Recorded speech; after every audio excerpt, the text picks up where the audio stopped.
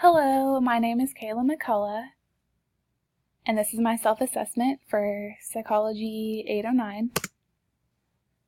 So the first objective is knowledge of theory, research, and applications of performance appraisal and performance management. So for this objective, I would say that I kind of have a little bit of knowledge related to this because of what I've read so far in chapters 1, 2, and 4 of performance management or performance appraisal and management.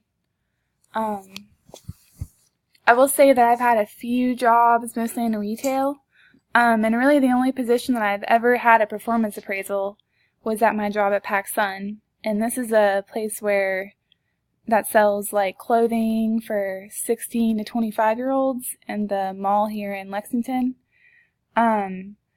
And they did a performance appraisal like every year pretty much. But we also had performance management too, because as a key holder, which I got promoted to, we would have to meet goals, daily goals about like average sales and stuff. So I would probably consider this kind of like performance management because it's like a consistent feedback and stuff. At my current job, I'm an admissions officer at BCTC in Lexington. I've been there since November. And we were supposed to have a performance appraisal in April, but they haven't done one, so I'm not sure what's going on there. I kind of feel like this is a great example about how performance appraisals aren't really respected or taken seriously or whatever, so that is my answer for question 1, or objective 1. Objective 2 is skills to evaluate the empirical findings in the areas of performance appraisal and performance management. I don't really have any direct skills or knowledge to evaluate performance appraisal and performance management, but I do feel like in my undergrad, in my Psychology 215 and 216 class, we did learn a lot about how to evaluate empirical evidence within psychology. Those are the two statistics classes, psychology statistics classes that I had to take in my undergrad.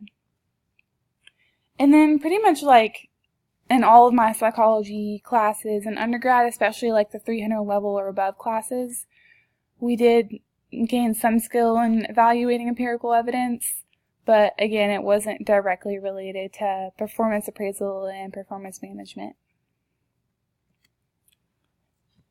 Third objective is knowledge of the implications of empirical findings and trends for research and practice in performance management. This is my third class in the IO psychology program, and this is my first class in performance appraisal and management. So I don't have a whole lot of knowledge about this topic, so really, I guess I'm an open book, ready to learn about it. So, yeah. Objective number 4 is knowledge of the ethical, legal, and professional standards in performance appraisal. So I don't have any, like I said before, direct knowledge for performance appraisal, but just from the classes I've taken so far, Psych 873 and 807 this past spring, I do definitely understand the importance of IO psychology or the data learned from like job analysis and everything, and how it relates to legal implications and court cases and everything. Let's see.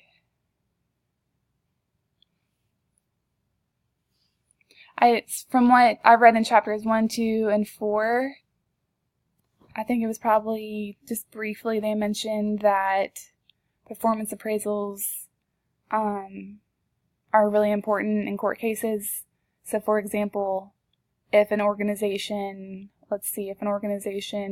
has a performance appraisal and it somehow, in some way, maybe not on purpose, leaves out a particular group or discriminates against a particular group, that can be really bad news for that organization. So having accurate performance appraisals are super important, and I did remember learning in job analysis that the job analysis can be used for a performance appraisal to ensure that these discriminations don't happen. So for Objective 5, which is skills to integrate their understanding of the topics in performance management and present for an appropriate audience, I don't really have much knowledge or skills in integrating performance management or presenting these topics. So I really look forward to learning this information and these skills in this class.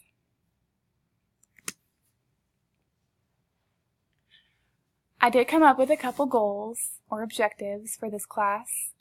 I